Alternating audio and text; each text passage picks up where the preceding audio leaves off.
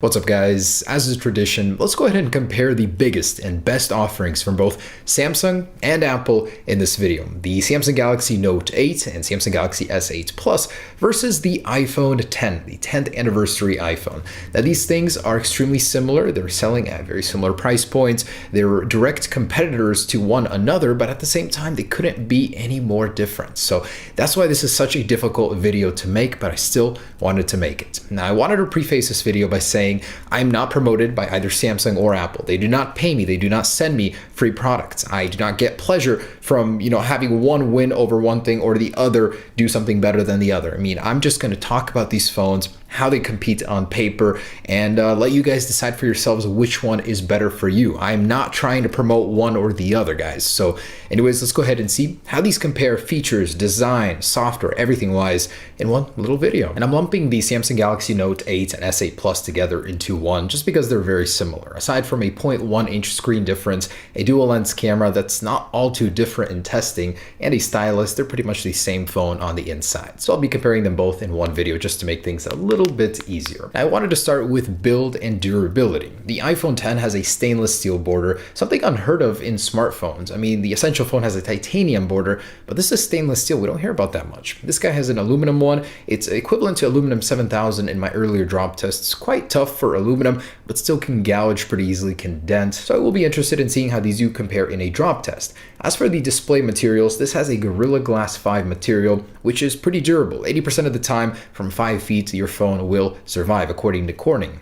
Now, this guy has a new glass that Apple says is the toughest glass in the smartphone market right now. That's amazing. That's an amazing claim. I would really like to test that. Water resistance here is not on the same page. The iPhone X has an IP67 rating, unfortunately, which was rumored to be the IP68 rating of the Note 8 and Galaxy S8 Plus. So this guy can go 5 feet underwater for 30 minutes and survive. This guy can only go 3 feet. So quite a divide there, unfortunately. Not as pool friendly, the iPhone 10. Now, comfort and usability. The iPhone 10 is a device that can easily fit in the palm of your hand. And for me, I can reach almost every area of the display with one finger. That is amazing. This is a phone that's definitely not made to be used with one hand. I mean, you got to stretch so far just to get anywhere. And of course, it has a stylus, so it's not really meant to be used with one hand. It's meant to be precisely manipulated with this stylus, to get a bigger picture, to multitask. And that's not something you can do effectively with one hand. So these definitely have a different approach to the displays. You've got a 5.8 inch one here, 6.3 inch here. It's huge, really.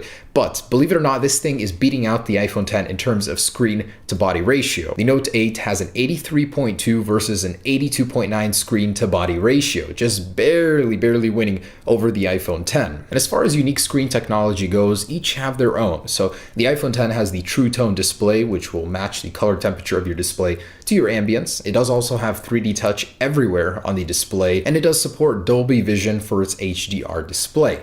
Now, the Galaxy Note 8 has that curved edge display, which you can use for several shortcuts.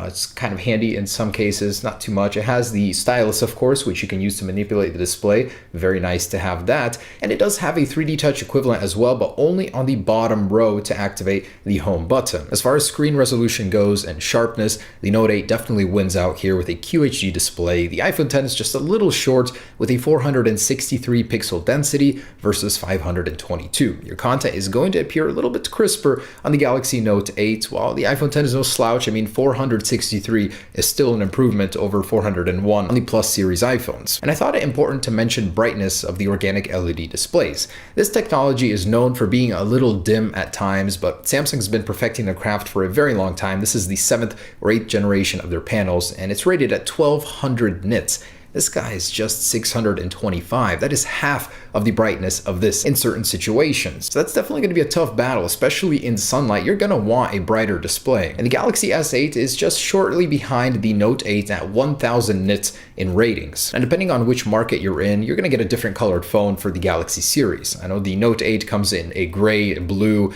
a gold, and a black, and the S8 comes in even more colors, while this guy just comes in two, silver and a space gray, otherwise almost a black. So unfortunately there was no third color option, the gold for this guy, just two. Now the cameras on these guys are actually incredibly similar. So both are 12 megapixels, both are dual camera sensors, both have dual optical image stabilization to give you that steady shot whether you're zooming or all the way zoomed out. The Galaxy Note 8 has one slight advantage here in low light. The aperture is 0.1 stop better. So lower, we've got a 1.7 and a 2.4 versus a 1.8 and a 2.4 on the iPhone 10. The iPhone 10 is more capable here. This is something I'm very proud to say Apple has worked very hard on with a new engine just for handling this kind of stuff. It can do 4K at 60 frames per second, whereas this guy can only do 30, and this can do 1080 at 240 frames per second. That is some very sharp, very incredible slow motion video. The actual flash unit too on the back of the iPhone 10 has been improved.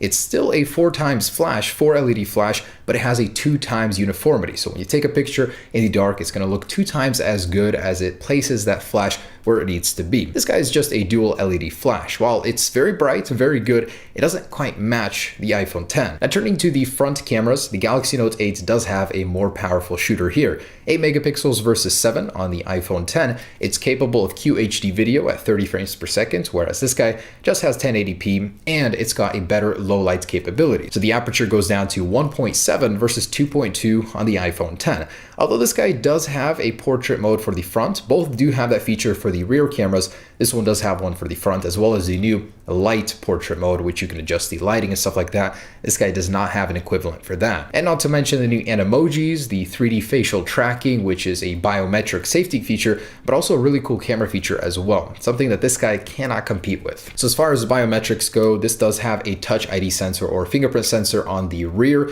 This does not have a fingerprint sensor anymore, removing that convenience factor. Although on this guy, the placement just kind of sucks, but it does make up for it with iris scanning. So if you want to have a Face ID equivalent, you do on the Note 8. This does not have iris scanning, but it has 3D facial modeling, which is also a great way to unlock your device securely. Now LTE. Apple actually caught up on the LTE speeds, as the official LTE speed of this guy is now 1 gigabit, matching this with a 150 megabit upload on both. And moving on to processors, this is truly one place that Apple dominates. They claim that the Apple A10 is the world's fastest smartphone processor, period, right now. In fact, in a test, the Samsung Galaxy Note 8 lost out in a real-world test to the iPhone 7 Plus. Can you imagine a processor that's 25% faster for the faster CPU cores and 70% faster for the lower-end, slower CPU cores? In fact, one of the slower CPU cores on the iPhone 10 is equivalent to a regular core on this guy. That is just incredible. So I will, of course, do a dedicated speed test down the road, but just on paper,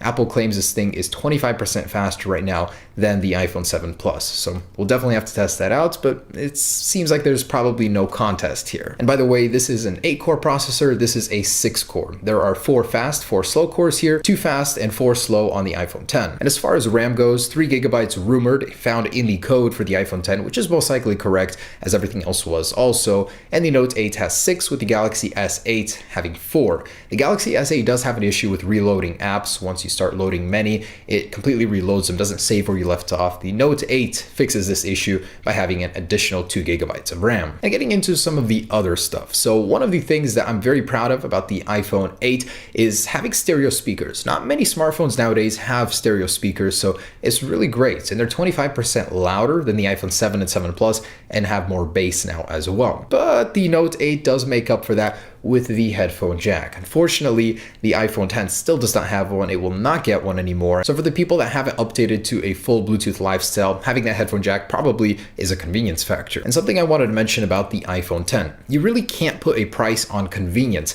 And the W2 chip and upgrade over the W1 in the iPhone 10 is amazing. It now has 85% faster Wi-Fi and 50% more efficient Bluetooth, which means your connections to your products are only going to get faster now. That is awesome, and that is something that I absolutely love. The instant pairing with AirPods, with compatible products, really cool. As far as storage goes, this comes in 64 and 256 gigabyte flavors. This comes in 64, 128, and 256, depending on what market you're in, but also does have expandable storage. And that is a convenience factor you can also not put a price tag on, because you can upgrade your storage to whatever you want. SanDisk just came out with a 400 gigabyte micro SD card, and you better bet a lot of people will be putting that into this thing, exceeding the storage on the iPhone 10. Now, battery life, it's hard to measure because we don't know the actual milliamp content of the iPhone 10 battery, but in specs, it's pretty close. You get 21 hours of talk on the iPhone 10 versus 22 on the Galaxy Note 8, and 60 hours of music playback versus 74 on the Note 8. Definitely does have a bigger battery than this guy, and the specs are slightly better too. And fast charging, I'm actually quite surprised. In 30 minutes,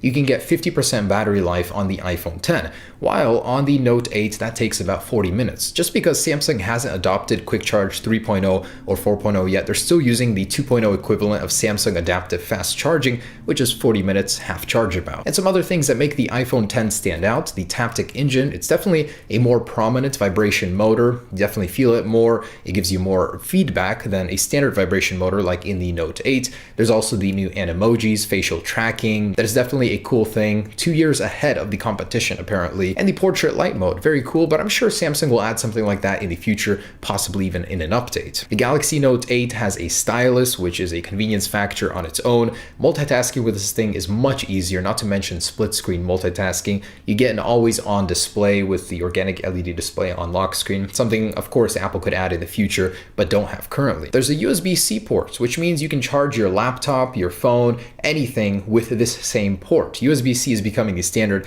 and Apple is still resisting it with their Lightning port. You can dock this thing and it becomes a literal computer. And price. So pricing here is actually pretty similar.